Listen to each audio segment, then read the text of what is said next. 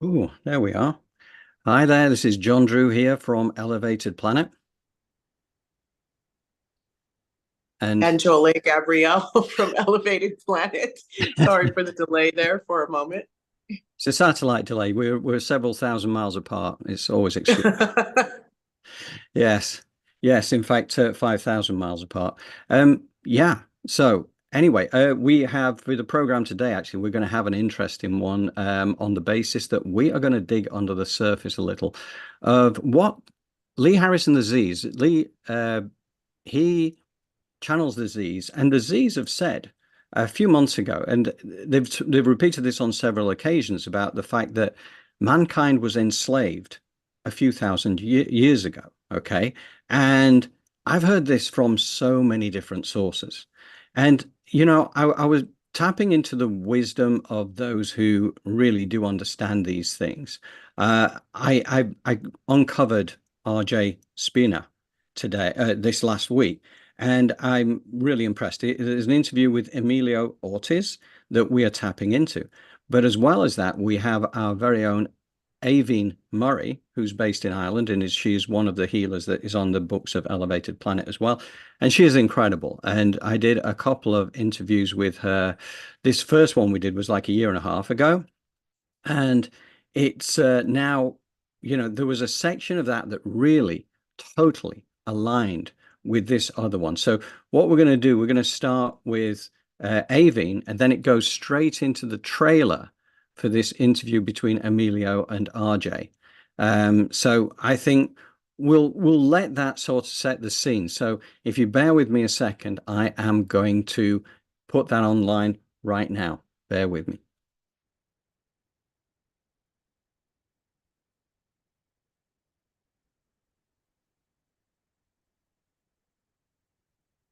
Even a lot of this stuff which has come out in fiction, even the Tolkien stuff as well as the Harry Potter stuff, there's a degree of reality in so many things that start off as fiction.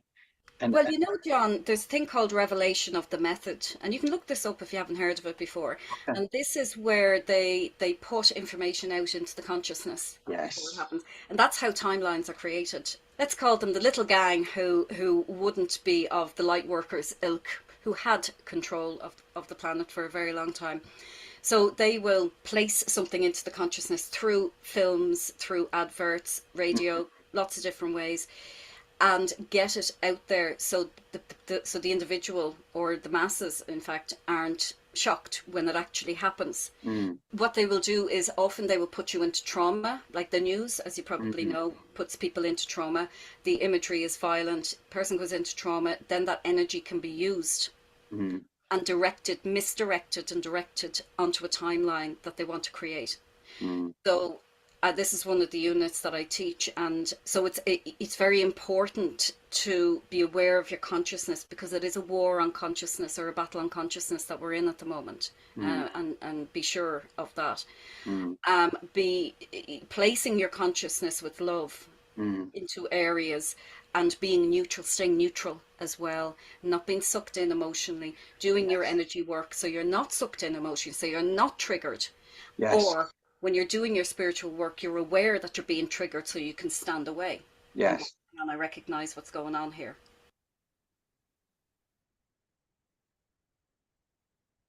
You sure you want me to answer that? There are actual beings that exist in a higher frequency and can lower themselves and feed upon what it is that we're doing. They feed upon our energy, and they need a host. And that really where this debt slave mentality actually comes from that. And once they don't have our attention, which is our energy, and then we have our energy to do just what you said, create as who and what we are, a limitless, immortal fractal of God, rather than a host for parasitical entities. Now, if we start to rise above body consciousness, we move from thinking to knowing, and from emoting to loving, and that cannot be fed upon. And they know that. So when you work with yourself optimally, they're defeated automatically. If you don't work with yourself optimally and you keep emitting thought patterns and emotional patterns, this is actually the chi that they feed upon. And this is actually what creates the matrix, because we believe it to be real and true. And our reality is created based upon what we believe to be real and true. But it's absolutely energy harvesting through our attention.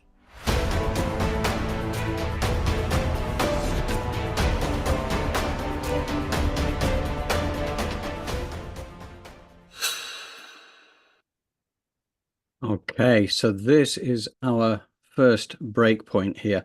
You know, this sets the scene, and with Aoibhinn's work over in Ireland, she has some incredible healing techniques that she uses, and one of them is called quantum light pod healing, which is the first one that I experienced from Aoibhinn, and it is amazing. But one of the things she does is that through that process, her and her guides are able to remove any etheric parasites that may be, and it's amazing because we don't think we are a host for etheric parasites, but it is amazing just how these things can get into us, basically. And this is, you know, I don't doubt there's various ways that this can actually happen, but the way that RJ explains it as well is that they're effectively higher consciousness beings that can lower their frequency. So higher consciousness, higher consciousness, they're vibrating at a higher frequency. But what they're able to do is lower their frequency so that they can come into our 3D existence. But what they do is that they, you know, RJ will go into this in a lot more detail, okay? But, and I don't want to be a spoiler on that one. So let's just wait on that one. But one of the things that I love that he said is that, you know, brings us back to, there are ways in which we bring ourselves back to what we really are, which is a limitless, immortal fractal of God rather than a host for parasitic entities. And I know they do exist, you know, and also I know that they can be sort of, I forget what they call the type of attacks now, psychic attack, I think it is. And I know that my partner, she used to suffer with this for more than a decade, where she was attacked at night by this kind of entity, couldn't see it, but absolutely could feel it. You knew it was there, and it was something that generated significant amounts of fear. And the fear is what they feed off. That's the point.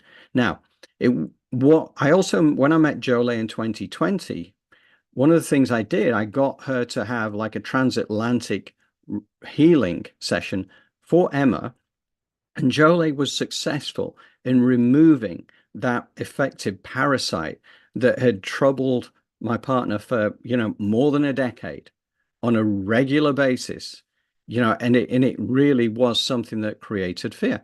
So I know it exists. I also know that Aoibhinn went through many years of the same thing herself, where she used to be attacked by one of these parasitic entities that fed off the fear that it created. And she believed that was something that was given to her effectively, so that when she works with people, she understands how these things feel and how they operate. So to her, this was part of her learning. At the time, it wouldn't have felt like that at the outset, obviously, but it was a way for her to learn what these things can do. So, yeah, I think that we're going to uncover a lot more of this, but I love the name as well that comes out from that revelation of the method, which is the Luciferian globalists, because you have to think, okay, well, what do we call this type of parasitic entity that RJ talks about? And also that Aoibhinn alludes to as well. You know, so Luciferian globalists, I think just fits the bill very, very well. And it does take a leap of the imagination to realize that things are not always what they seem. And this is kind of part of the thing that we will uncover going forward. And, you know, we have the power to rise above any of this. And that's the good news. So whilst it may seem scary on the face of it, the reality is what this does today, it empowers you.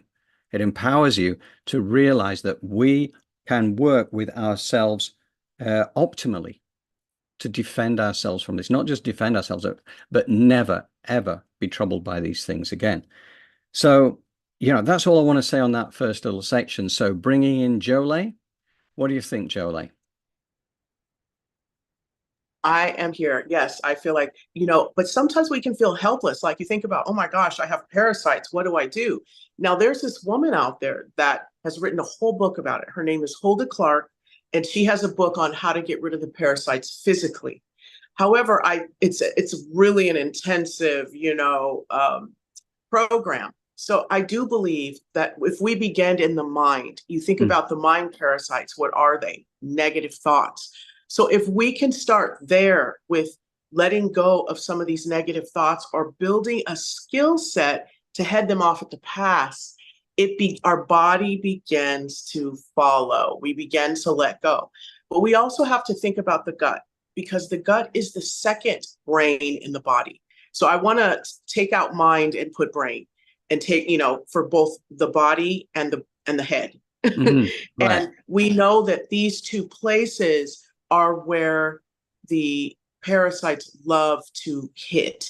And you have to also think about the spine. So now that we have this knowledge of where the parasites like to be, the joints and all this good stuff, we have RJ Skinner, which is going to help tell us how to let go of some of these things. Mhm. But we move into a state of, let me stop thinking negatively about myself, and let me try and sit in love and understand that I have a backbone. I know how to nurture myself, and I know how to solve my problems. That right there is like parasites be gone. Right. So Yeah. And it's Just- about understanding that we have this power within us, right? And that's, as I say, that is the empowering part. That's the exciting thing about this.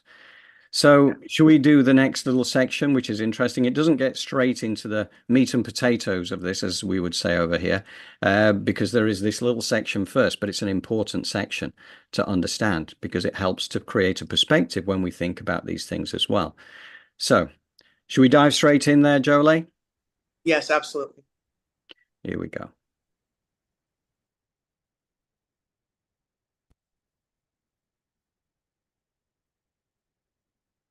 Now, the darkness, when we play for that side, by putting pressure, subjugation, tyrannical pressure upon the consciousness, that actually causes evolutionary tension, which actually causes people to wake up. Right? I mean, that's so it's still serving, you're still serving the other side, but you're not doing it directly. You're doing it indirectly.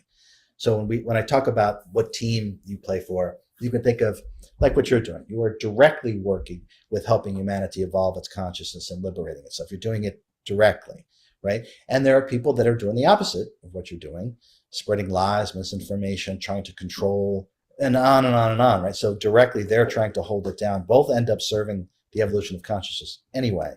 But that's what I mean or meant about playing one side of the team or the other. And we literally get to choose this. And most of us have played both sides many, many times. And that might be difficult for people to hear. You're leading a very centered, holistic, heartfelt, heart-led life. I guarantee you've played a bad guy. I guarantee you've played a bad guy.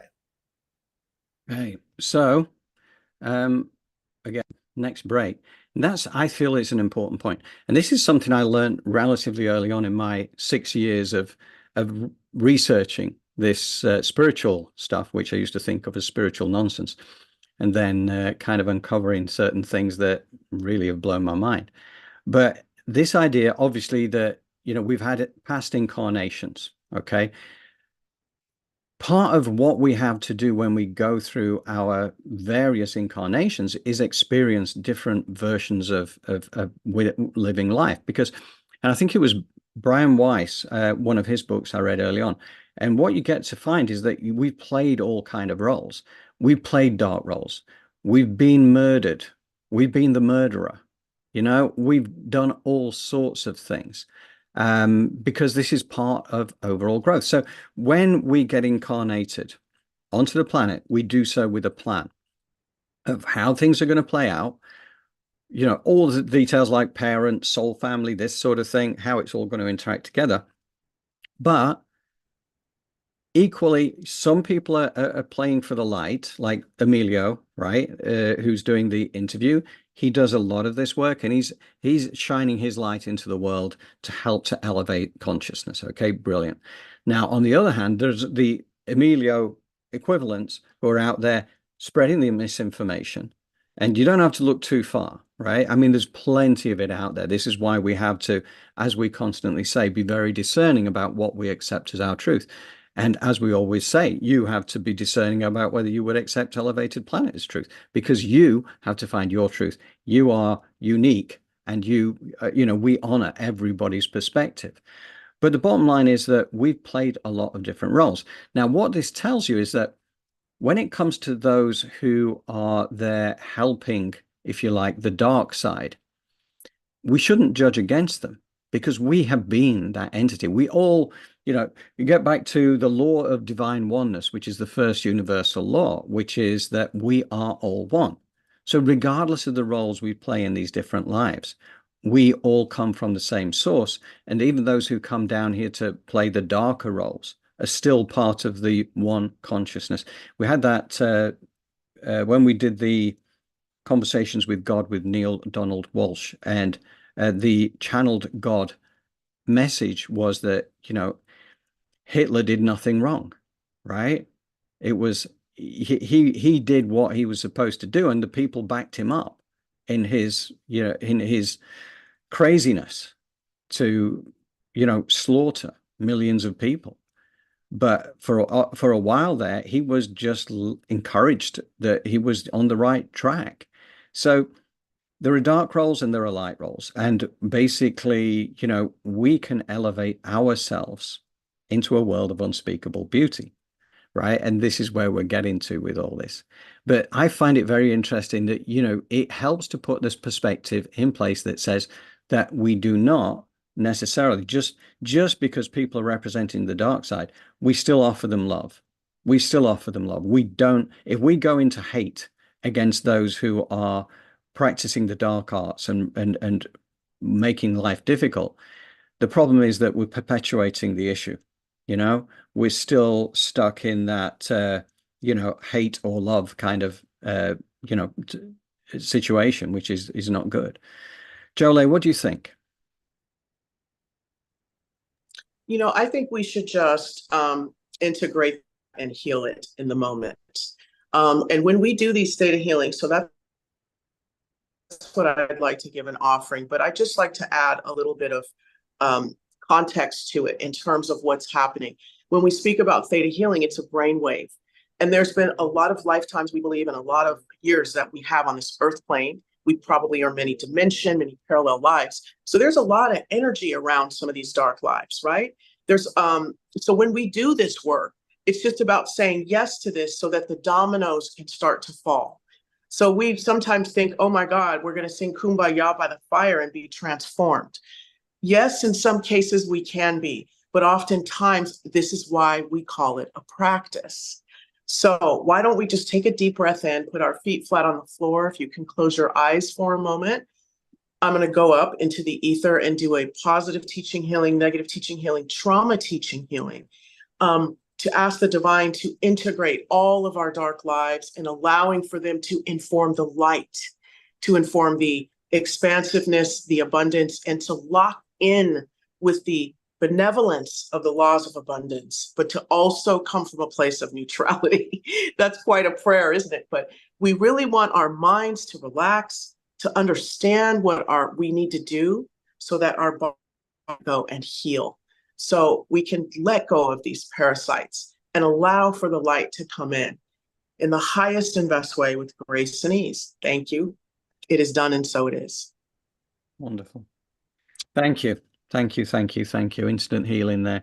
So, yeah, and the theta healing or theta healing is very interesting. As you say, brainwave patterns, and that one drops you into that slower brainwave pattern that kind of opens up. It's like a semi-sleep kind of pattern, right? Yeah. But you really want to work to raise that frequency. It's a practice and it's something that can be done. I remember you hear all these cliches, right? You can do anything, put your mind to how, show me how, tell me how, and so that's what I'm trying to do. I'm really trying to, John and I are trying to help fill in the gaps of how do you do this? How do you get here? So you meditate, you pray, and you take action. So how do you do that? Hopefully we can give you the details. Brilliant.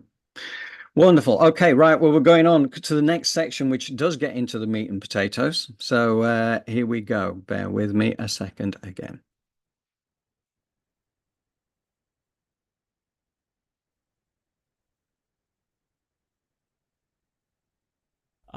There's a belief system that you call the debt slave reality. And I was like, was he talking about the 9 to 5? What do you mean by the debt slave reality? And how did this conception of this belief system come to be? You sure you want me to answer that? Go as deep as you need, Okay. brother. All right, my friend. As deep as you need. You got it. Okay. All right. So let's first give context. Okay. So let's talk about what a parasite is. Okay. So most of us know what a parasite is, right? It needs a host and it feeds on it. And then that parasite can, and often does, take control of some of the functions of the host. That's kind of what's happening on a larger scale. There are beings, and unfortunately, there's many humans that assist in this, which is actually how we get to where we are now at this moment, many beings assisting in this. There are actual beings that exist in a higher frequency and can lower themselves and feed upon what it is that we're doing. They feed upon our energy, and they need a host. And that really where this debt slave mentality actually comes from that. That's literally what it is. This has been going on a very, very long time, a very long time. And if we looked within ourselves deeply, we would realize, like the books that I write, if you look inside yourself deeply, you will shed yourself of this debt slave reality that we have willfully projected ourselves into, that we have willfully, intentionally, including me, you, and everybody here, we know this is the deal before we get here. We know this is the deal before we get here because it's an incredible experience and it forces the evolutionary tension for us to work with ourselves more optimally and more powerfully. And that is the evolution of consciousness, because we leave here with a sturdier back and a more tender heart. That's really what evolution is. So there are parasites that work on our consciousness and our body of energy through harnessing our intention, our attention, by harnessing our attention. And our attention is energy. And that's why they have us look over here, look over here, look over here. And it's always bad. It's always bad, right? They want you backed up, fearful, and angry.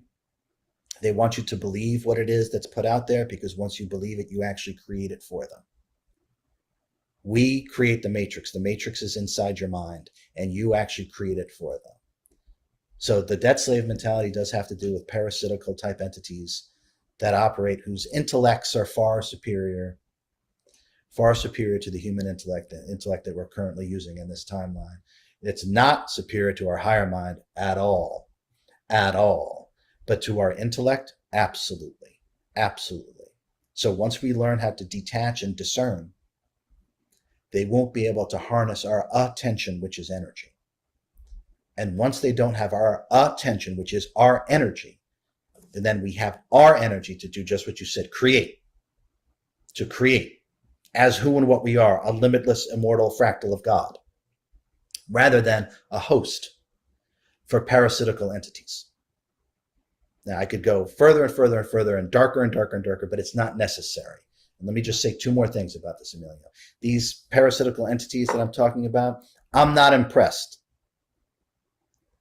I'm not impressed at all. Okay? That's number one. Number two, when you work with yourself properly and optimally, they can't do a thing. They can't touch you. That's why raising your frequency, you go up and beyond body consciousness.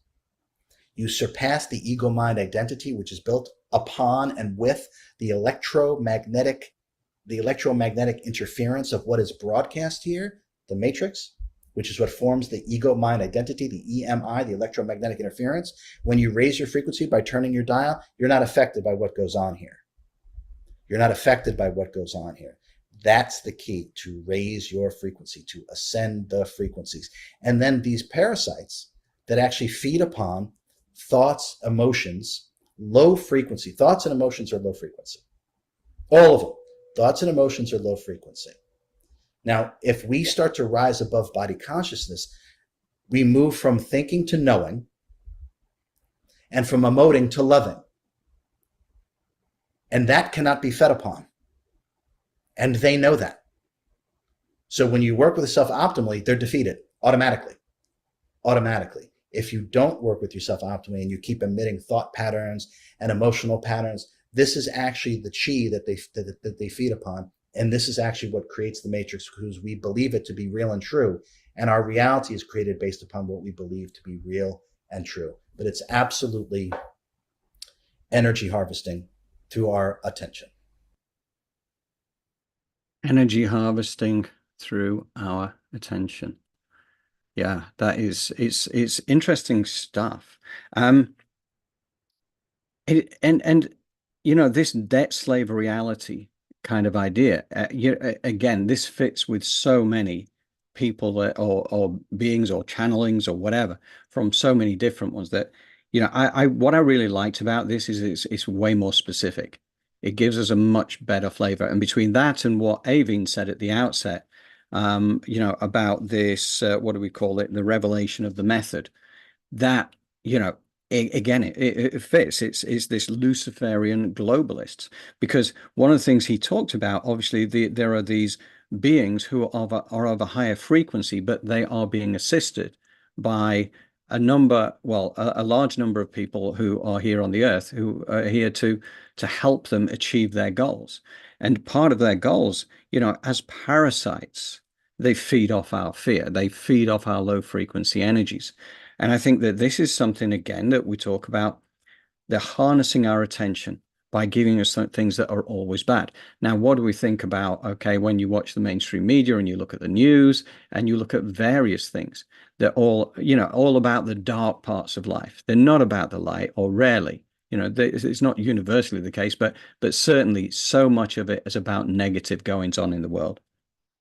And so that mainstream media is controlled. It is controlled. I mean, we talked about this last week. Stephen Greer talks about it. In fact, in the weekly that goes out tomorrow, there is a piece from Stephen Greer on there. He just does a little video there, which he talks about this for about 2 minutes, 40 seconds, something like. It's quite short and sharp.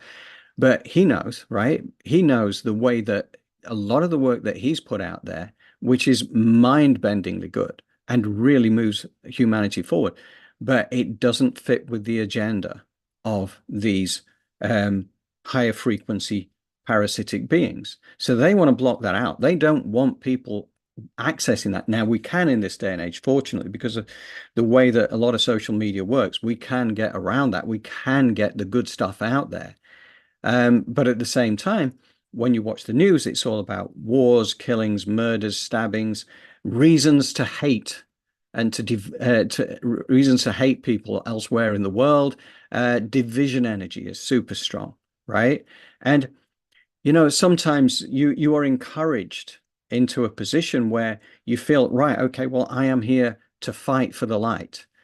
And that's all well and good, but you've got to just be careful about how that fight takes place, because what you can find is that when you are so deeply involved with fighting and warring against the bad guys, quite often you're actually sinking your frequencies into those lower range of emotions, even while you do that, which again is food for the parasites, food for these beings. And I know that this is something that Jolé and I spoke about just briefly, actually, before we came on. Something that RJ said about the fact that emotions, you know, emotional energy, and it could be construed as emotional energy being bad, but emotional energy can be very positive, because we know, in fact, I have here the emotional spiral, and you know, that's how that looks. And it's something that I have put onto our programs quite a bit. So you will know, that being the case, that, you know, at the top of the ascending spiral is unconditional love, 100% integrity, empathy, forgiveness, compassion, abundance, passion, empowerment, you know, joy, all that kind of good stuff. Now, that is not low frequency. That is high frequency. That is ascending frequency. So when you've got those ascending frequency of emotions, they are helping us to ascend and to escape from this low frequency nonsense. We don't have to take this, as he said, there is, and we will get into this a little bit deeper as to how we can help ourselves. And certainly Jolé will be working with us today on this as well, how to free ourselves from being vulnerable to these parasites. And it is not even a difficult thing for us to raise our frequency in a way where we switch off from all those negative influences, we take ourselves to a place of higher consciousness, which is perfectly acceptable, or perfectly available to us. And then they can't feed anymore from us. And the more of us that do that, the more we cut off their food supply, right? Because that's what it's all about. They are superior to our intellect, but they are not superior to our higher mind. And I heard, actually, it wasn't in this particular interview, but I heard RJ talk about this specifically. And he said, and again, because the man did die at some point and he had a near-death experience and a lot of this stuff was revealed to him. And so where he's coming from with this is like having, and again, he'll talk about this towards the end of this interview, but this idea that we have a physical body which has a certain amount of energy and intelligence within this, the conscious mind, the subconscious mind working together. But we also have our higher selves, which sits outside of ourselves, which harnesses a vast majority of our intellect in reality. And he was actually very specific about this. And it was interesting because he said, what we typically have within the body, and this doesn't vary a great deal for some, ascended masters and the like, say like a Jesus figure or equivalent, they would have had maybe a higher percentage, but marginally. So 2.5% of that overall intellect from the higher self, according to RJ, is what inhabits our body. And I know, again, that through various teachings that I've heard, through so many different teachers out there now on this subject, that the body can easily get overloaded with energy and it would just die. So we can only harness 2.5% here. But if we connect to our higher mind through meditation and all this, we access this vast intellect. We access a wisdom that we could not harness within our body. But it's still part of us. It is still part of us. But again, because we believe with a physical body, it's like owning the car and believing we are the car. We're not the physical body. We just happen to be occupying these 50 trillion cells for this particular journey through life. But 2.5%, 97.5%. And once you're employing your totality, you are way superior to these beings that are, of the higher frequency. Because by that, we are in a higher frequency beyond that with all we need to avoid the negative influences. So, Jolé, can I bring you in for your thoughts around that? Absolutely. Let's do part 2 of that and let's get real. Let's work with the body for a second. I just want to give you guys a real way to sort of remove. How do I let go of these parasites, or how do I let go of this negative energy that lowers my frequency? You ground yourself through a creative visualization with the grounding cord that roots itself into Mother Earth. And now you have this sort of intangible but tangible portal. And you're like, what do you mean? Stress, you can't really see it. Sometimes you can, the trauma that Aoibhinn talked about when we see the social engineering, right? We see these things, these images on TV, which, causes movement of some chemicals in our body, right? So how do we control that? So we open up a way for this energy to be removed from our body by giving it to Mother Earth, and we fill up with gold light. And that's what we do throughout the day in order to bring in more joy, to bring in more love, and to be able to sort of navigate in a way that our social awkwardness, I'm here, I was at the front of the line with that. But when I began to be able to ground my energy and move some of this negativity out, because that's all social awkwardness is you have this negative view and perspective of yourself and the world around you. So of course you're going to be awkward. So when you can transform that perspective, you began to be able to flow downstream with the energy of the universe. But a skill set is to ground, turn that negativity or those parasites or whatever, somebody else's energy, that sickness, that illness, a bright color, send it down and fill up those spaces and places in the body with gold light, and then get up and get moving. He's going to talk about, he hasn't yet, but he will tell you more about a way in which to cleanse the physical as well as the spiritual body. Yes. So fantastic. Okay, thank you, Jolé. That was wonderful. Again, we will carry on to the next part. Here we go.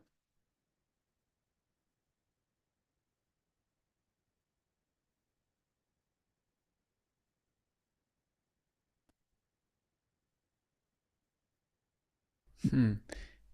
And what does what you just outlined there, have to do with why masters will advocate for fasting, for meditation, for mastering our attention and our energy, and how can we head in that direction as well to gain control over this and raise our frequency? Okay, great question again. Okay, so every authentic master and mystic yogi, they all talk about two things, don't they? Meditation and fasting. Why? Because it works. They talk about, that's why, because it works. Okay, so meditation and fasting is the purification. It's the absolute purification of mind, body, soul. That's why it works. So think of food as information. It's all information, but think of food as information. So every time you eat food, your body has to decode information. Most of what passes for food on this planet is not food. I mean, most of us know this, right? It's not food. The soils have been tampered with, the water, everything, right? Okay. So fasting and meditation will allow you to heal yourself, purify yourself, and raise in frequency, because food also lowers your frequency. That lowers your frequency.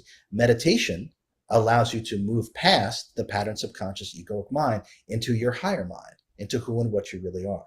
So we purify body through fasting, and we purify mind and spirit through meditation. So meditation and fasting will allow you to overcome anything. Anything, I don't care what it is. Doesn't matter what it is, because it's all energy. It all can be commanded properly. But those two things, to every authentic mystic and master, are the key, and that's why they all talk about it. It is your purification and your ascension through meditation and fasting. Okay, final little break before we go to the final piece, I believe it is. And Jolé, I'm going to give you this one because, this is your ballpark right here. So the floor is yours. Sometimes it's hard, John, to pass up that donut, more or less, go into fasting. But it is really an important part of resetting the body, as he spoke about. But as far as meditation goes, I know that is very effective, very, very effective along with fasting. But how would you do that? Like, you think about it in terms of, if we get up and we go to work every day and we're surrounded and we have children to feed, it becomes a challenge. But you can find pockets of this, such as intermittent fasting.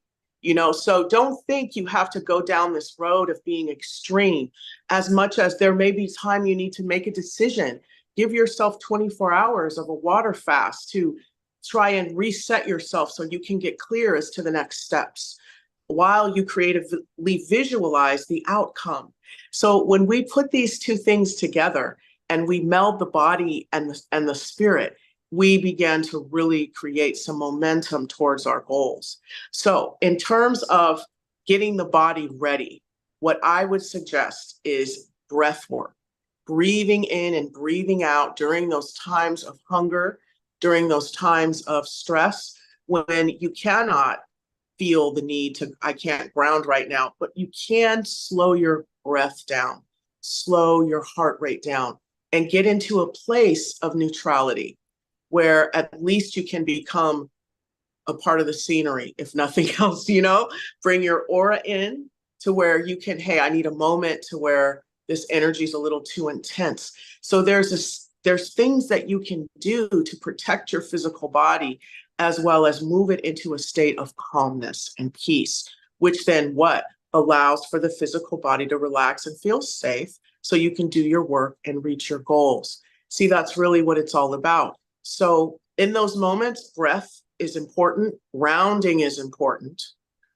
bringing your aura in 1.5 feet around you. That is a safe space where your body feels engulfed and also is leaving room for others, right?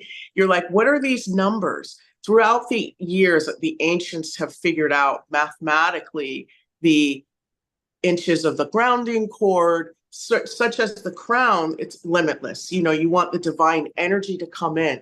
But because you are already dense and you have mass and you're here in this body, you don't need so much earth energy. That's 15% of that coming in because you are one with, you know? So we bring in more of that spiritual energy so that that love and joy can pour more through this body. So those are some tips and tricks and techniques you can use in the moment or before you wake, or no, after you wake, sorry about that, right? When you wake up and before you go to bed, to sort of have your spiritual and physical energy in alignment with each other so that your ego knows it's safe. It answers to the directives of the higher self. You've grounded into Mother Earth, so you're part of this civilization and you can be in reality in the present moment and live your life, you know, and be a leader. I mean, that's kind of what it's all about. When you think about free will, why are we here? Why do we have free will? To be in control of ourselves. I don't want to say control in a negative way, but to be able to influence ourselves. Like Florence Scovel Shinn wrote a book. It's called The Game of Life and How to Play It. And she sits right there in thought processes, thinking positively, seeing what you want. This is the formula to kill these parasites, is to sit in your free will and to see the positive energy on a regular basis. And of course, they're going to attack you. But how do you head them off at the pass? What are you going to do? What is your unique blueprint in order to stop those negative thoughts from coming in? Because it's not like everybody else. I think John and I, we teach a meditation and creative visualization as a foundation for you to add to bring in your own personal energy, frequency, vibration to it. So we put these things on the table, but in all actuality, they're for you to make malleable as you see fit. Mm. Yeah, yeah, I love that. That's wonderful. And one other thing that he added on there is that you know, that when it comes to fasting or intermittent fasting, which I think is actually something that pretty much anybody can tackle. Yes. But also be mindful that food and water are tampered with, as RJ put it, because, you know, when you're drinking water, yeah, get water that is not necessarily just tap water. Make sure you're getting quality water because it's important. And the food, again, processed foods, there's a lot of stuff in there that you just do not want to be eating. So, you know, making sure that what we do consume is organic. And it's good for you. I know it costs more, but there's a reason it costs more. It's not killing you, right? It's not putting those toxins in there. So, but we know that energy is everything. So when you're in a place where maybe you don't have the opportunity to reach for that, what you can do is you pray over your food, right? You can put gold light into your food. Why don't you ground your food, move all the negative energy out of it and fill it with gold light? These things exist. If you can feel stress and anxiety and fear, why can't you feel positive things? Why can't you move positivity into your life? Why are we constantly eating all the negativity that we're fed? Why don't we look at that and turn it into something different if we are beings of light and blessings and magic? Put it to the test. Yes. I know that Dolores Cannon in her work, she was told that when you had your plate of food in front of you is to kind of visualize this anti-clockwise vortex or whatever of positive energy just cleansing. And the same thing when you were drinking water, you would have your water and you would actually sort of be, you know, mentally creating this anti-clockwise vortex and filling it with positive energy and cleansing it all. And that's what she did. And that's what, you know, she was told to do. Yeah. I mean, it wasn't something she did because she used to eat badly and drink badly, you know, her Diet Coke and everything that she used to love for decades. They would scream at her to, you know, this is the higher entities would scream at us, tell her not to. You know, a lot of sugars and stuff in this soda and other things is just not good. Anyway. But you know what? I do believe that Dolores Cannon, through all of that, what she was ingesting, she still managed to be a channel of light and blessings. So that just goes to show you that it is possible, but it always begins with a mindset. Dolores opened herself up. And also, there has been a study with a scientist over in Japan who has these water, you can put your pitcher of water on top of these crystalline structures that the sacred geometry for love, for abundance, and the water then picks up that energy and you drink it. And studies have shown that this actually is effective. Yeah, I know. It's amazing, isn't it? It is amazing. You like, this is not the sort of stuff we're taught at school, is it? But this is where we're growing into now, and realizing that, everything has consciousness. Water has consciousness, and we can project our consciousness in with the water, and give it a little bit of love, and all of a sudden, what you're drinking is is better for you. It's purer. Yes. Wonderful. Okay, right. Last section, and then we will go a quick talk about that, and then we have got a little bit more Jolé wisdom to come beyond that. Here we go. In your self-healing from the paralysis, were you fasting during that moment? Because I know you were meditating, hours in the day. Were you refraining from food as well in that process? Initially, when I was after I became paralyzed, I wasn't eating much. I was still in the hospital. I was in the hospital and then in the rehab for a total of something like 2.5 months. I'd have to run the numbers in my head. So I was being fed, but not much, and I didn't want to eat much. But I was so weak from the sepsis that I couldn't completely fast, because I think I just wouldn't have been able to perform in the rehab. I wouldn't have been able to do it. I was so weak to begin with. But I was eating very little. I was eating as little as I could. And then once I was in a constant state of meditation, perpetual state of meditation. And once I was discharged, and I was able to unparalyze myself fully about 2 or 3 weeks after, it was exactly 100 days after being discharged, I then went on a strict fast, because my main obsession was unparalyzing myself. And then once I did that, I wanted to address fasting. So then I did 14 days of no eating of anything. I had a very small meal, only what I could kind of handle at that point, maybe about 400 or 500 calories. And then I fasted again for another week. So I really didn't eat for 3 weeks. And that kind of reset all the damage that had been done through the sepsis. I was diagnosed with all these different chronic diseases. I mean, they disappeared. They just disappeared.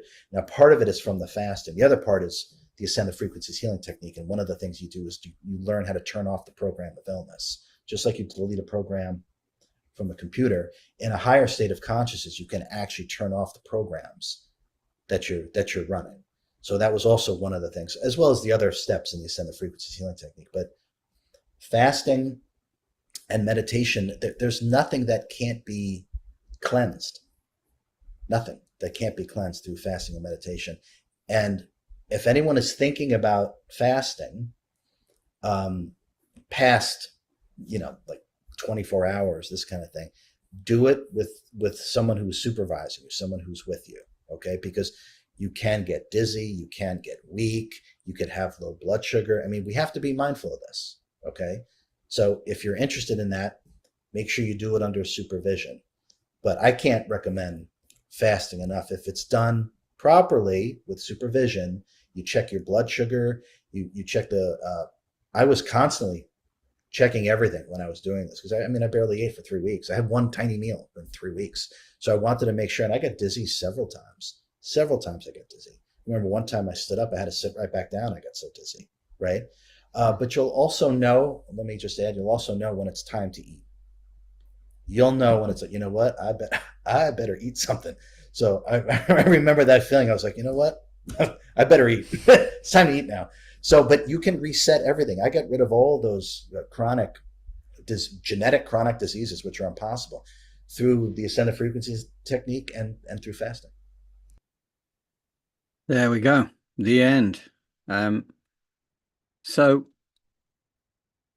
yeah, that even a lot of this stuff which has come out in fiction. Do apologize. I was leaping back into another thing there. Starting all over again. Can never get too much of a good thing.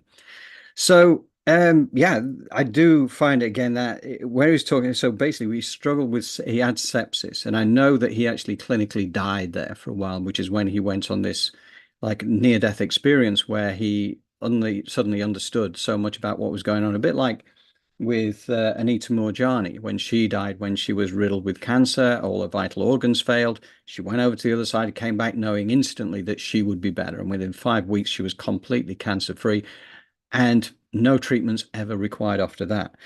It's and the way that he talks about this, the fact that being in that constant state of meditation, and I suppose when you're in a hospital bed, you have got time to do that. Of course, those of us who have lives and things we need to be doing as well. But I still think you can do it in a state of mind which is in the moment, which is kind of a lot better than being too distracted by, stuff.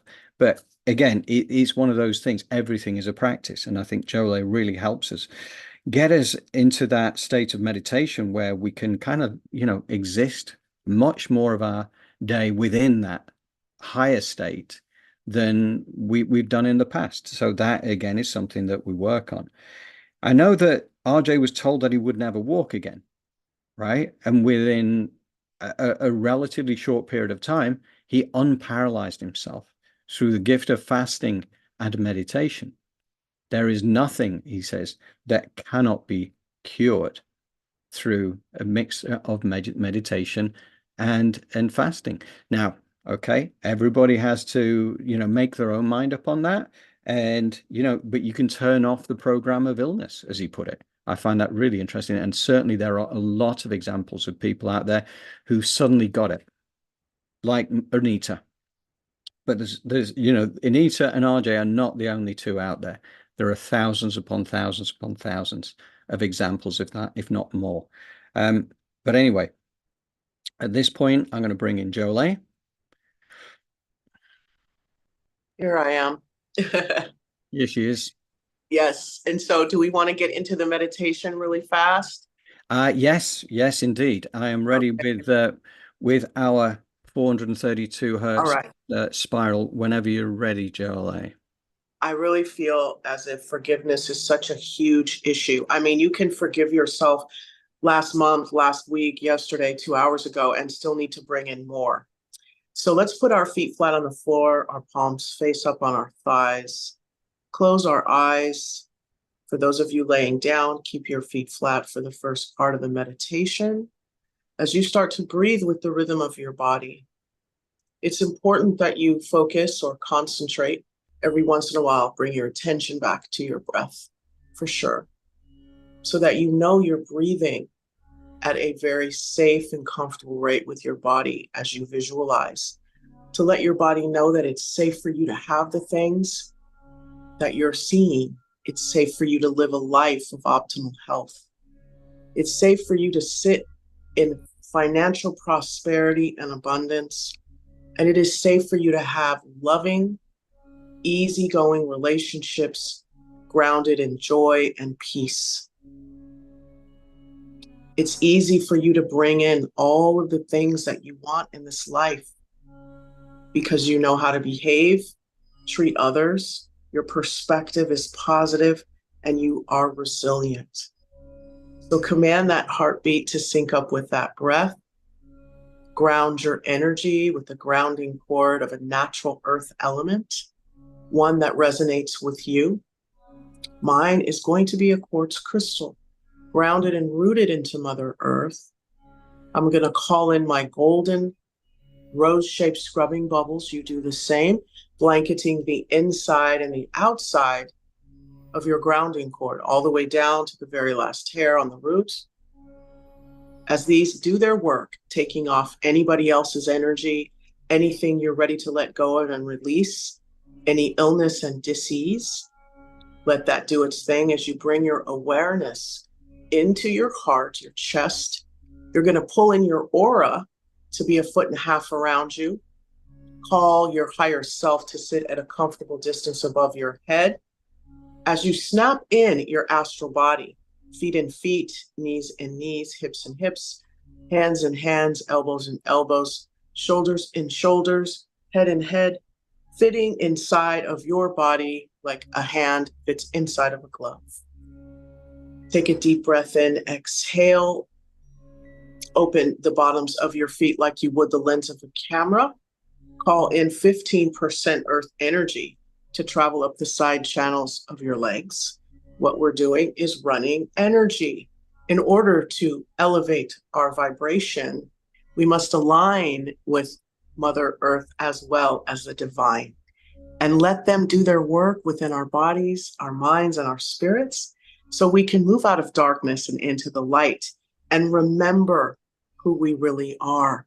As we open our crown fully and we allow for the divine energy, gold light, to cascade down, filling up our cranium and all the folds, realigning those synapses, getting rid of parasites, calling them up, just like that visualization of a person going up into a UFO. These parasites go up into the divine to be resolved and dissolved, eliminated, disintegrated. As that gold light moves into those spaces and places within the brain, those parasites existed, then it starts to cascade down that spine.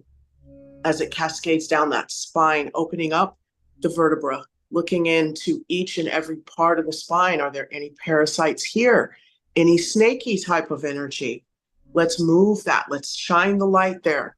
And let's move that out and down the grounding cord. That gold light and that 15% earth energy are starting to eliminate and disintegrate that energy, that darkness that's in the spine. As we move down into the stomach, removing and resolving any parasitical energy that's come in from our food, as we didn't know any better, as this gold light turns into the forgiveness of our stomach, removing and resolving any shame, any fear, any worry, any doubt, and restoring the lining of our stomach, the lining of our colon, removing and resolving any parasitical energy again, shining the light down there and in there, moving out and down the grounding cord as that earth energy and that gold light begins to take over the stomach, moving out any illness, any disease, any type of extreme energy in our bowels and in our stomach. We move out and down the grounding cord,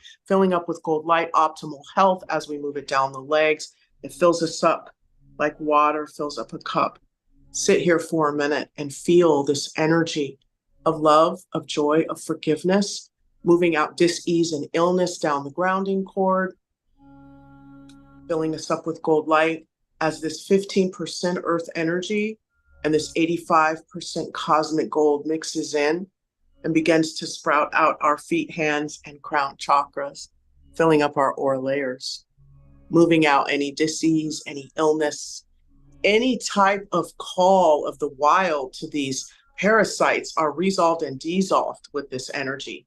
We are no longer hosts to you and your shenanigans. We remove and resolve that energy, that pattern, that program, that contract, that agreement by bringing in this earth energy, 15%, this 85% cosmic gold, resolving and dissolving any genetic energy, ancestral agreements,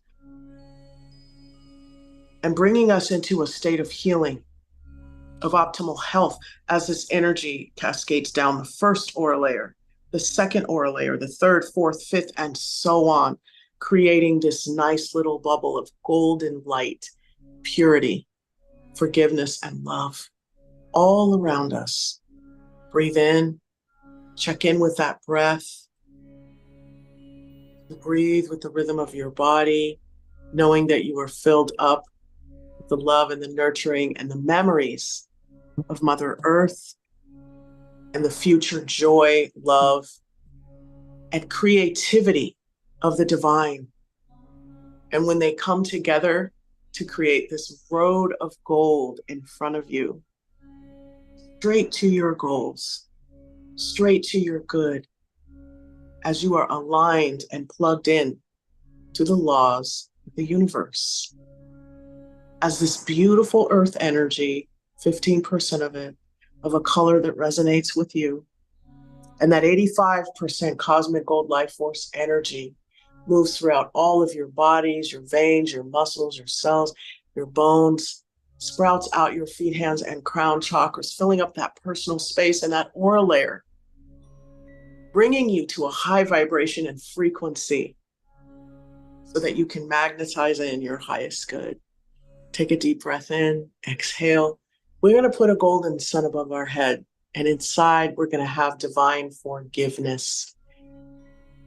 And as this golden light cascades down and through this golden sun that your higher self is sitting above, you see this beautiful hand come out or down, however, and with a pitcher, and just fill this golden sun up with divine forgiveness. As it goes back into the ether, you're going to go ahead and allow for this sun to be absorbed with that beautiful 85% as it moves down into your body, all the way down to your feet, your legs, your knees, all the way up to the hips.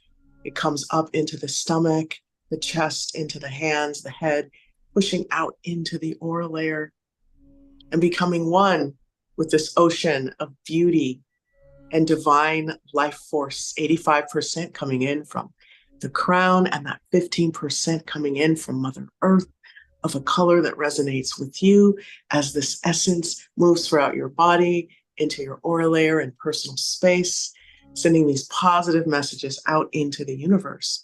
And this high frequency stays there and attracts only of its kind, removing and resolving all parasitical energy from our bodies, our minds, our spirits, and bringing in that gold light, that forgiveness, that joy, and that love. Take a deep breath in, exhale, close your feet chakras like you would the lens of a camera, your hand chakras as well. Stop running that earth energy. You're going to close your crown, and you're going to see that gold light cascade or go back up into the ether as this energy begins to settle in your aura layer and in your body. As you take a deep breath in and exhale, when you're ready, you can open your eyes.